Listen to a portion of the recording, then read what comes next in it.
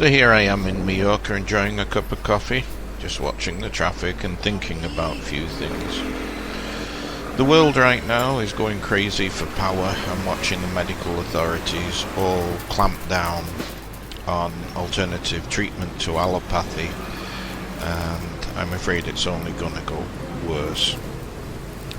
But then I started to think that homeopaths themselves have to shoulder a lot of the blame, mainly because homeopaths today are not real homeopaths, and they have to individually make a decision as to whether or not they're going to practice the medical therapy the correct way or continue making errors of judgment like they are doing.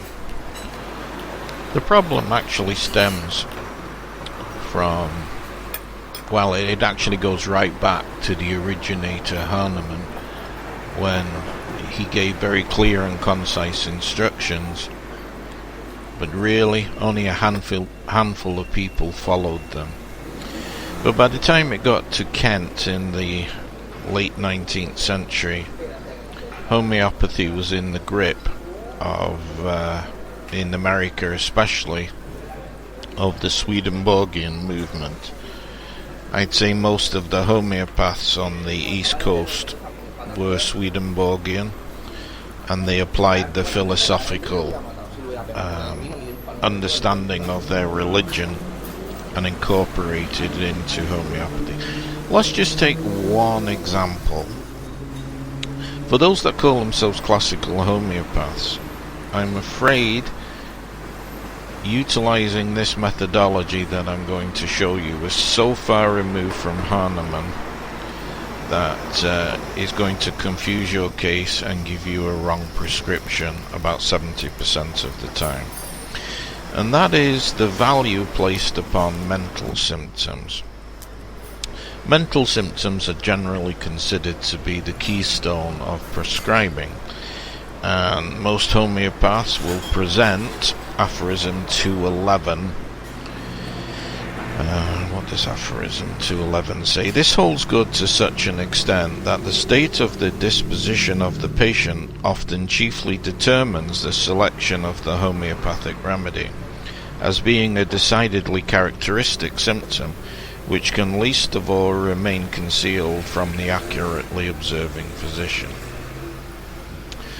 The major problem with taking this aphorism, it's usually taken out of context. Aphorisms 210 to 230 deal exclusively with emotional diseases and mental diseases. You need to completely read all those aphorisms together and study them to understand the thinking of Hahnemann. But to take it out of context, especially as James Tyler Kent did, has destroyed the basis of Hahnemannian homeopathy today. Only by doing this can you understand Hahnemann's viewpoint. Hahnemann uses the term or the word disposition. He talks about the altered disposition that we're looking for and how it differentiates from the normal disposition of the patient. If you read 211, 212, 213, I'm not going to quote it for you here. I want you to read it so that you can understand. Let's just take a point though from 212 about the precision of Hahnemann when he speaks about altered mental and emotional state deviating from the healthy state as this chief ingredient of all diseases. And 213 he stresses it again. You know, as a homeopath, the major mistake made by everyone who follows Kent's teachings instead of Hahnemann's is to believe that every emotional state is a symptom. and then they take this into consideration for the choice of remedy. You can't do that, because you have ethical, moral standards in decisions. You have to look at a character trait and see if it's pathological, and you have to look at the moods, normal, positive, and whatever, and they look at it and take it as an indication for a remedy. You have to read footnote 210, and this kind of starts to explain the problem. How often, for instance, do we not meet with a mild, soft disposition in patients that have for years been afflicted with the most painful diseases, so that the physician feels constrained to esteem and compassionate the sufferer? But if to subdue the disease and restore the patient to health, as is frequently done in homeopathic practice, he is often astonished and horrified at the frightful alteration in his disposition. He often witnesses the occurrence of ingratitude, cruelty, refined malice, and the propensities most disgraceful and degrading to humanity, which were precisely the qualities possessed by the patient before he grew ill. So what Hahnemann is saying is these changes occur, but are the natural disposition. So those who were patient when well often became obstinate, violent, hasty, or even intolerant and capricious, or impatient or desponding when ill. Those formerly chaste and modest or often frequently become lascivious and shameless. A clear-headed person not infrequently becomes obtuse of intellect, while one ordinarily weak-minded becomes more prudent and thoughtful. And a man shows to make up his mind sometimes acquires a great presence of mind and quickness of... a man slow to make up his mind sometimes acquires great presence of mind and quickness of resolve. So, when you look at this, according to Hahnemann, it's not allowed to use negative or unpleasant character traits as homeopathic indications. The moral, the social, cultural standards cannot be applied when it comes to defining a standard of what is to be cured. This would make sense because when you look around, different cultures have different emphasis and values. We can't cure social structures. All we can do is take emotional states into the symptom totality, but only those that are different and clearly identified as being different from the previous state. So to be decidedly characteristic, bearing in mind that we are only looking for altered and different emotional states, disposition states, we can look at aphorism 153. In the search for a homeopathic specific remedy, that is to say, in this comparison of the collective symptoms of the natural disease with the list of symptoms of known medicines, in order to find among these an artificial morbific agent corresponding by similarity to the disease to be cured, the more striking, singular, uncommon, and peculiar characteristic signs and symptoms of the case of disease are chiefly and most solely to be kept in view. Just continuing with the theme of mental symptoms or emotional symptoms, it absolutely clarifies that these symptoms of disposition can only be indicative or a pointer for a remedy when the criteria of 153 has to be a characteristic symptom. It may be a mental symptom, it may not. But in terms of mental emotional states, it has to be altered and of a morbid character to become a characteristic prescribing symptom. If you continue to read aphorism 153, Hahnemann tells you which symptoms to ignore. And again, I'm not going to read it for you, I'm going to let you read it. But basically he's saying that anything that is not characteristic, individually distinguishing or striking, has to be ignored. If we take, for example, the symptom of fear, it has to be peculiar and striking. If somebody is in a position where they fear for their future, fear for their life, they have a fear of losing everything, you know, if you look at the state of the world today, that fear is not unusual. Many people have reason to be fearful in this day and age.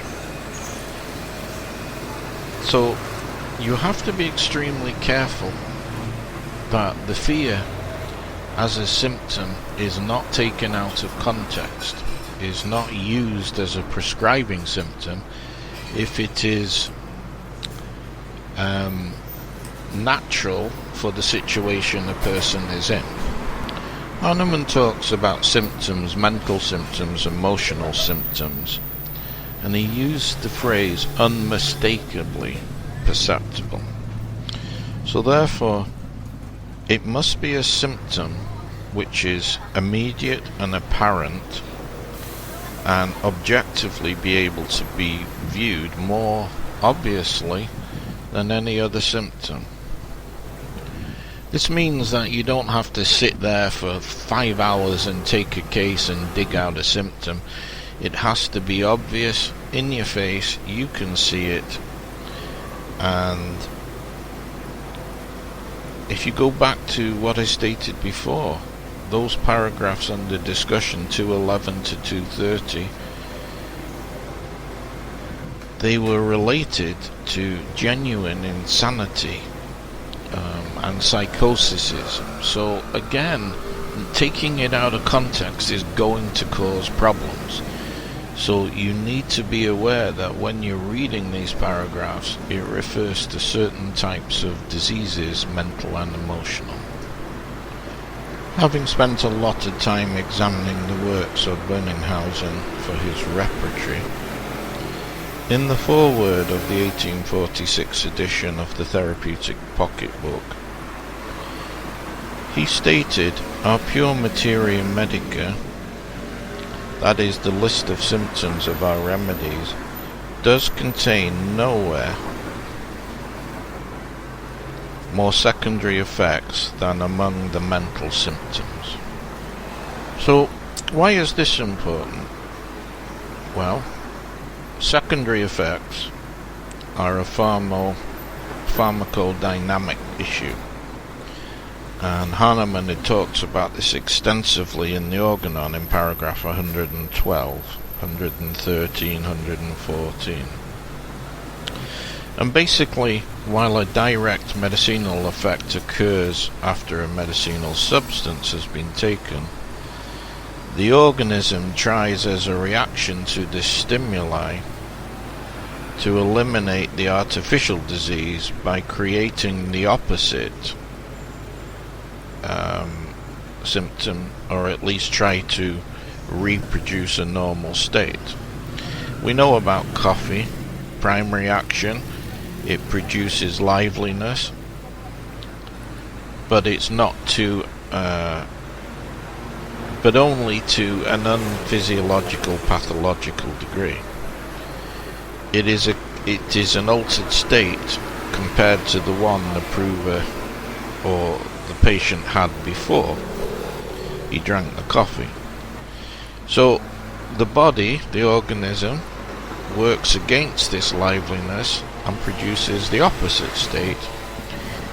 The tiredness is exaggerated from even before what the patient felt when they took the coffee. So you have the primary action, which belongs to a medicinal substance, and therefore, as Hahnemann stated, is a pure effect, and the secondary effects you can't count amongst medicinal symptoms. And to the best of his ability, Hahnemann was very careful in trying to separate the symptoms, but obviously things slipped in, especially in the mental symptoms.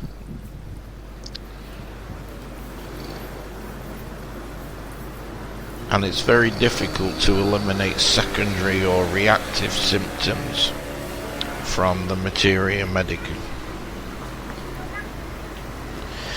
So when we look again, paragraph 211 refers to mental and emotional diseases, and in the context it can only be used in a limited way. The instructions that he gave of how to deal with mental symptoms in general. Fundamentally, there's no difference between these and how we deal with physical symptoms. So any statement with reference to the mind has to be examined according to whether it has anything to do with the disease which has to be treated. One of the things we need to do as a good indication is check the chronological appearance of the symptoms, whether it was before or after the present disease started. And then by doing this we can see whether it's a state which deviates from the previous or prior state, which in real terms means the state before the start of the most recent disease. We also have to exclude from this congenital diseases and those which cannot be traced back to a beginning. They're very difficult to classify as a symptom in a homeopathic sense anyway. Doesn't mean we ignore them, but for now we look at other symptoms. If you want clarification of this, please read aphorism 224. That's a very key paragraph in enlarging your understanding of mental symptoms. You know, the mind, the psyche of a person is influenced by so many external things, especially by the environment we live in, by education, by even conditioning in a religion or a cult or a form of parental upbringing. It makes finding genuine symptoms of the mental variety really difficult. Pathological states with very clear, precise and defined symptoms are much easier to find. So decisions that we make in collecting symptoms are usually influenced by the Kantian insistence that the mental emotional state is the most important in taking a case. This is why 70% of prescriptions for people fail. It's because he was wrong. The mental symptom would also have to disappear during the case management. We would also have to be sure whether that the symptom was strong enough to fulfill the criteria of aphorism 153, whether it's a leading indication or a characteristic symptom. If we adhere strictly to Hahnemann's protocol, we won't go too far wrong. But we really do have to go back and study the organon on case taking and remove the Kantian overlay. And any person who deviates from this and takes into account personality traits for the choice of a remedy, or ascribe them in retrospect as a characteristic of the remedy and patient, you're doing it wrong. You're in deep trouble. There's so many comparisons to Kant's writings and Swedenborg, even his series of potencies. Have you ever wondered why we use the 30, the 200, the M, the 10M, the 50M, the CM and the MM, and not 29, 35, 70? Well, the reason is these series of potencies are what Swedenborg, through numerical calculations, called octaves in the series of degrees. It's not based on anything other than a Swedenborgian consideration. There's also the fact that when you read Kant's philosophy, you will see, and I quote, "The innermost man consists of will, understanding, memory, and these are extended outward through the general physical organism. This idea belongs here in consideration of the direction of the symptoms from the innermost to the outermost, and this idea is applied to be repertorized. The physical organs correspond to the internal man, to the will and understanding corresponding with Swedenborg's doctrines of degrees." So Swedenborg differentiated three hierarchical structures which were spirally connected. Right at the top you have the soul and the will. He used the term singular, unique, innate. The middle level is reason with intellect and intention, and the lower level carries imagination, memory and desires and influence the bodily functions at a lower level. This last level of the psyche is called general. And if you read Kant, you'll see this doctrinal understanding is repeated throughout his writings. That's why Kant emphasizes the way he does the mental symptoms, the emotional symptoms. Even his repertory is written in such a way that right at the beginning you have the mental emotional structure. This is a problem because Kant would say first symptoms to be taken are those relating to love and hates, desires and aversions, which correspond directly to Swedenborg's soul and the unique. Next, there's those symptoms to be taken to the rational mind, what Kant called the intellectual mind, and Swedenborg called reasons with the intellect. And then thirdly, those belonging to the memory, Swedenborg called them memory, the third level. So when I look at Kant's repertory, I just see Swedenborg. He just concentrates mainly on this whole mental sphere out of context. As stated before, even the use of medicines in the potencies, we can see Kant derived the essential element of Swedenborg, or from Swedenborg, with his view of infinity. It's very complicated, and it says that infinity should be approached step by step, hence the way the medicines are split up in like 30C, 200, 1mm, etc, etc. And this is like a progression by degree to infinity. It's all based on religion and philosophy, and certainly not Hahnemann.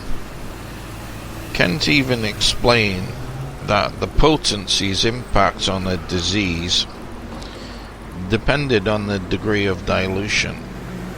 The highest potencies can reach the middle level, i.e. the brains, and perhaps even the highest level, the soul. So contextually, potencies are looked upon as forms of mental energy.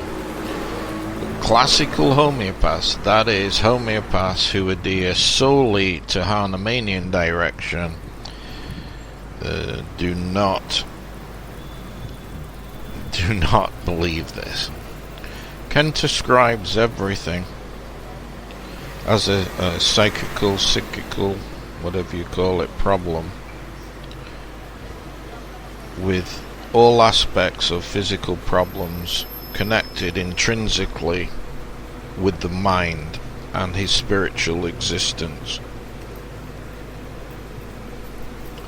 If you read John Weir and Margaret Tyler, you can see the outstanding influence of the Swedenborgian teachings in their writings called practising. They emphasize the state of hierarchy. They call it grading of symptoms. Swedenborg called it grading of degrees. And one of the biggest problems is that Hahnemann never said that. He said you look for the symptoms that you use for the case. He never talked about grading them. He talked about observing them and collating them. There's a complete difference. There's no hierarchy of symptoms except for prescribing symptoms which fulfill aphorism 153.